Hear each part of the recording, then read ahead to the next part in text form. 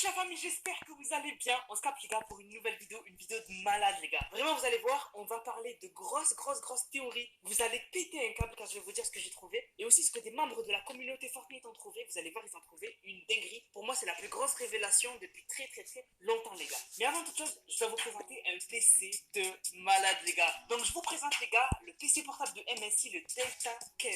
Donc déjà ce que j'ai grave kiffé avec ce PC les gars, c'est que non seulement il est super léger mais aussi il est super fin. Donc en fait vous pouvez le transporter partout. En fait vous allez pouvoir faire tout ce que vous voulez. Pour le transporter c'est vraiment trop bien. Le processeur les gars c'est un AMD Ryzen 9 5900HX. En gros, c'est un processeur de malade mental, à la fois pour la bureautique et à la fois pour le gaming. En parlant du gaming, la carte graphique, c'est une AMD Radeon RX 6700M de 10 Go en DDR6. Donc en fait, vous allez pouvoir jouer, faire du gaming sur votre PC portable de la meilleure des manières, ce sera super fluide. Le clavier, les gars, bien évidemment, il est LED RGB customisable grâce à Mystic Light dans le logiciel MSI Center. Pour le refroidissement, c'est un Cooler Boost 5 avec deux ventilateurs parce que quand même, c'est une grosse config.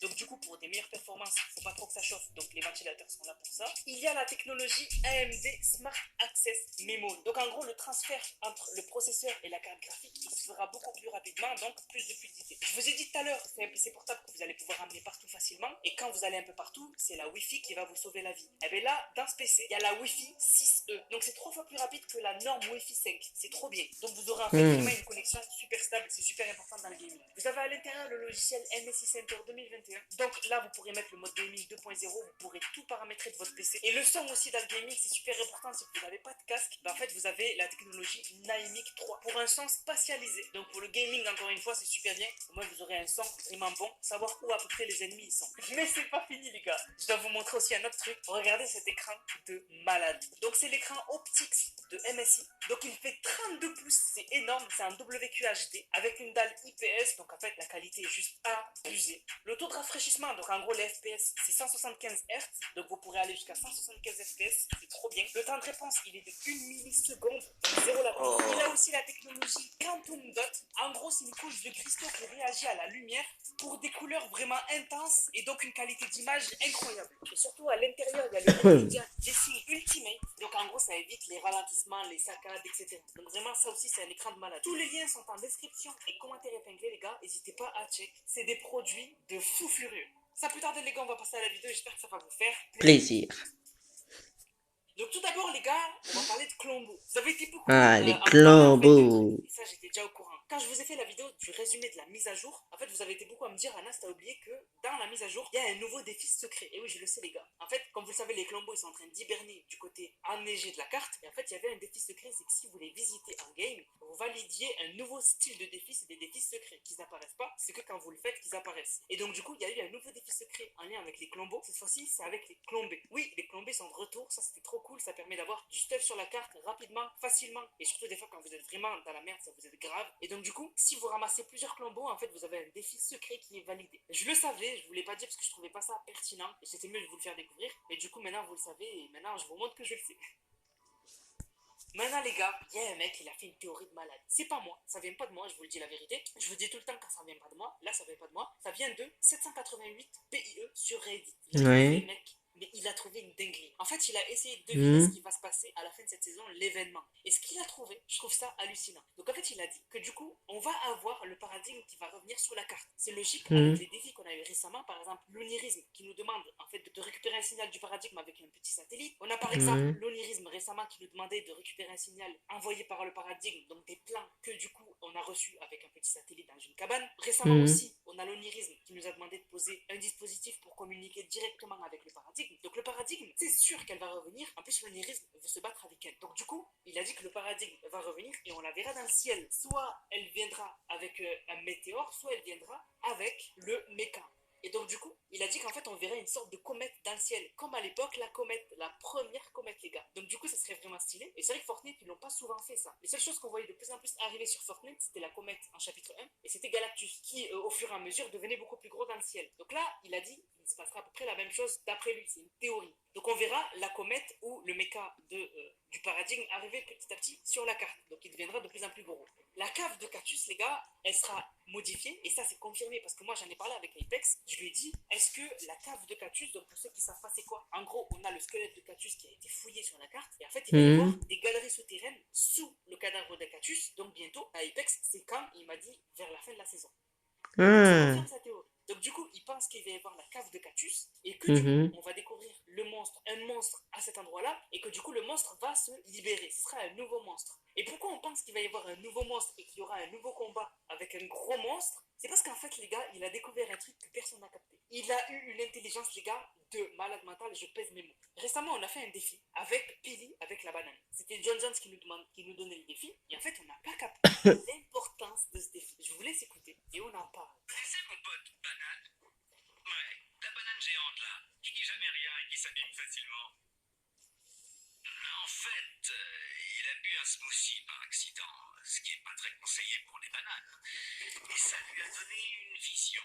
Donc on a John Jones qui nous dit, banane, il a bu un smoothie, il est devenu fou et il a commencé à avoir des visions. Et pour qu'on ait les détails de cette vision, il faut qu'on l'aide à conduire, etc. Donc ça, c'est plus trop important. Mais donc, du coup, ça vous rappelle rien? C'est un truc de ouf, non? Ça rappelle un truc de malade. Rappelez-vous comment John Z est devenu malade. Parce que rappelez-vous, John Z, il est allé dans le bunker avec Banane et ils sont allés dans le frigo et dans le frigo, il n'y avait plus rien. Et donc, du coup, John Z, il a fait un smoothie de banane. On le voit à la fin, quand il sort du bunker, qu'il l'a bu. Et on voit qu'il n'en reste pas beaucoup.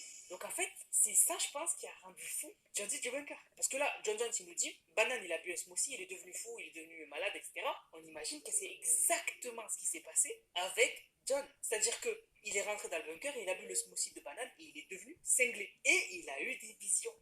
Il a eu des visions, sauf que John Z, qui est devenu John Z du bunker, lui, ses visions, il les a dessinées. Et quand il a fini son dessin, il avait prédit le combat du monstre contre le robot. Et là, on apprend que Banane, il a bu un smoothie, et ce smoothie lui a fait avoir des visions.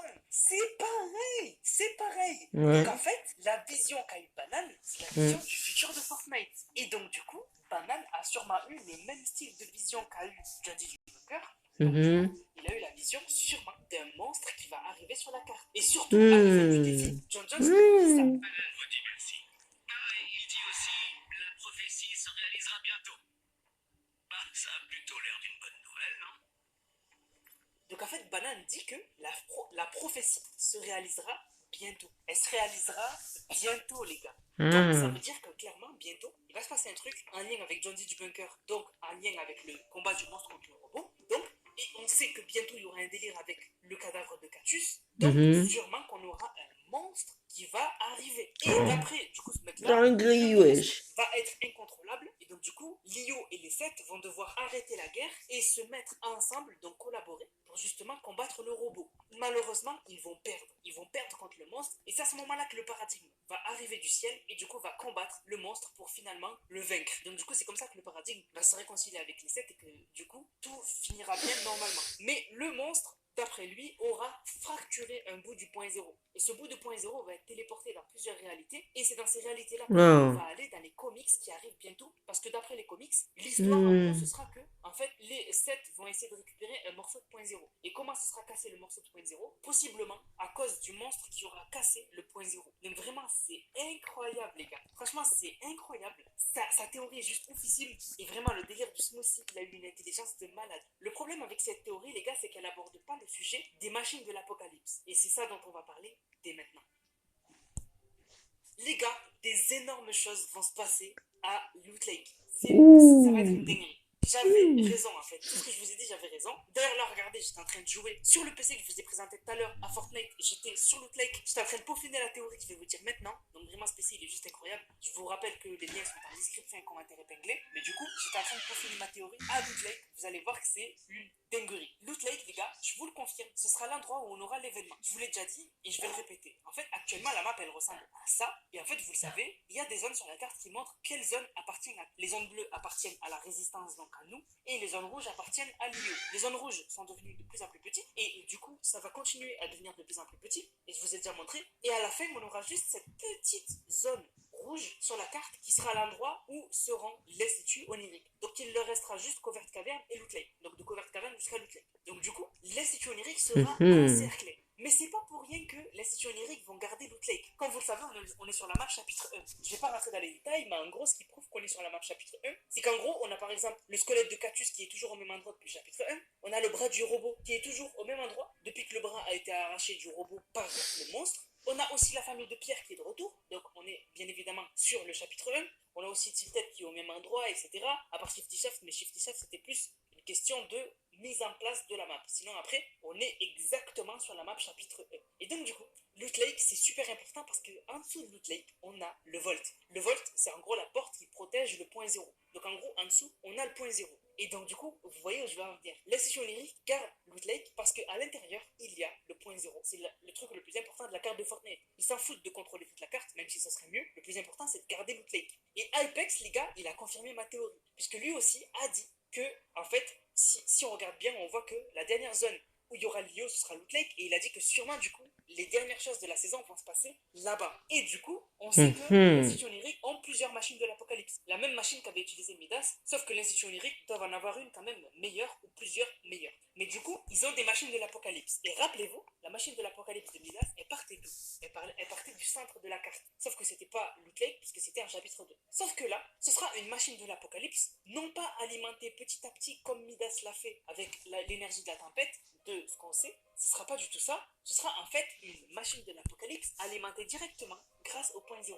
Ah, Je pense que la machine de d'accord. l'apocalypse sortira de l'eau pile à l'endroit où on a le Volt. Donc en fait, elle sortira de l'eau directement Ouais. alimentée par le point 0. Donc ce sera une machine de l'apocalypse surpuissante. On n'imagine même pas la puissance de cette machine de l'apocalypse. Et donc, du coup, je pense que ça va faire une sorte de tour au milieu de la carte, donc une tour de l'Institut onirique, où justement, tout en haut, on aura la machine de l'apocalypse de l'Institut onirique, alimentée grâce à l'énergie du point 0. Ça vous rappelle rien? C'est pour ça qu'il faut suivre les vidéos, les gars. Récemment, on avait Hypex qui nous avait dit on pourrait avoir une ville qu'il a trouvée dans les fichiers du jeu, qui s'appellerait Tour de Lio, IO Tower.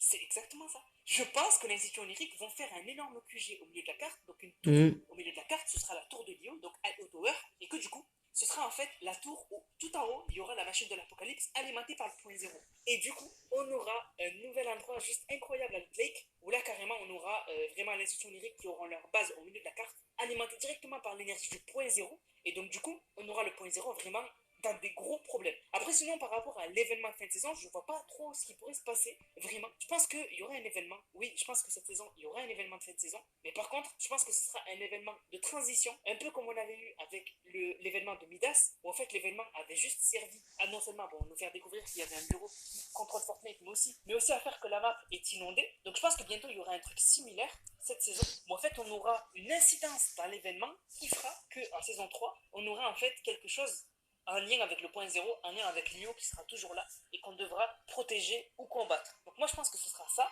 et du coup franchement c'est grave logique. Donc dites-moi ce que vous pensez de cette théorie les gars dans les commentaires, mais vraiment ça se trouve incroyable les gars. Et franchement je suis hype pour la fin de la saison, ça annonce du lourd, vraiment ça annonce du lourd les gars. C'est ça la famille, j'espère que la vidéo vous a plu, c'est le cas, n'hésitez surtout pas à liker, commenter, partager. On se capte les gars pour une prochaine vidéo, c'était la note de bang, bang.